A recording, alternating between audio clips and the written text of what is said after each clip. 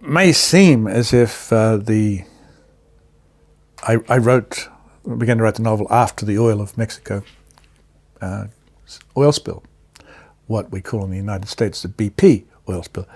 But that was not the case. I was well into the novel when this awful event took place. I mean, one doesn't have events like this take place all the time, but this was a big one, and I certainly found it very, very upsetting.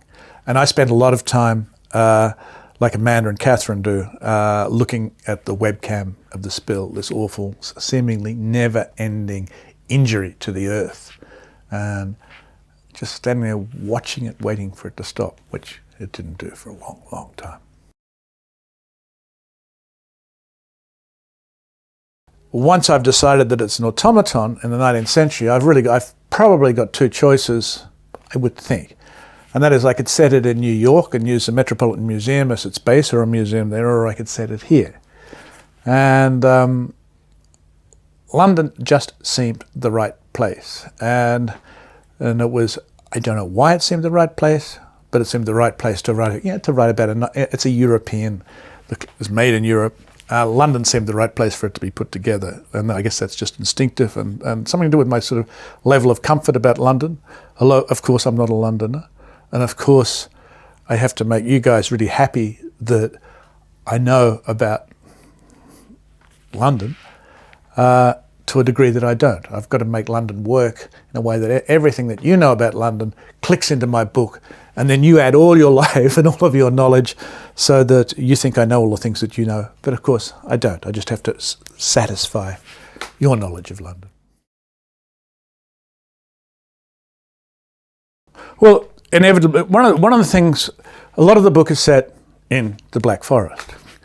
The way I found myself deep in the Black Forest was not a direct journey. Really, I was thinking about the internal combustion engine, firstly. And I was thinking about Carl Benz. And then I was thinking about the city of Karlsruhe, where Benz lived as a child and where the Benz factory was.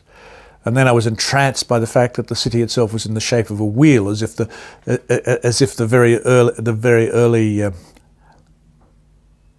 architecture of the city predicted the internal combustion engine. And then as I started to think about that, and really I'm just an idiot looking at maps, and I think, oh, well, it's very close to the Black Forest. And if you're going to have something like this made, maybe, there's all these clockmakers and cuckoo clocks. And so maybe this can sort of work in some way. So maybe I should go to this unlikely place, the Black Forest. And all of this is really being done in libraries and in my imagination. And then, of course, you can't think about the Black Forest without fairy tales. And when I'm thinking about how these people lived and the occupation of making cuckoo clocks in the winter and being farmers in the summer, I come across a character who's a fairy tale collector, which seems a sort of a wonderful thing. And I'm off, really, because I suddenly see the fairy tale as an important aspect of my book. But I didn't go into it sort of thinking, oh, well, fairy tales must go to the Black Forest. I came through for a rather indirect route, like wandering off and dropping crumbs behind me, perhaps. Excellent.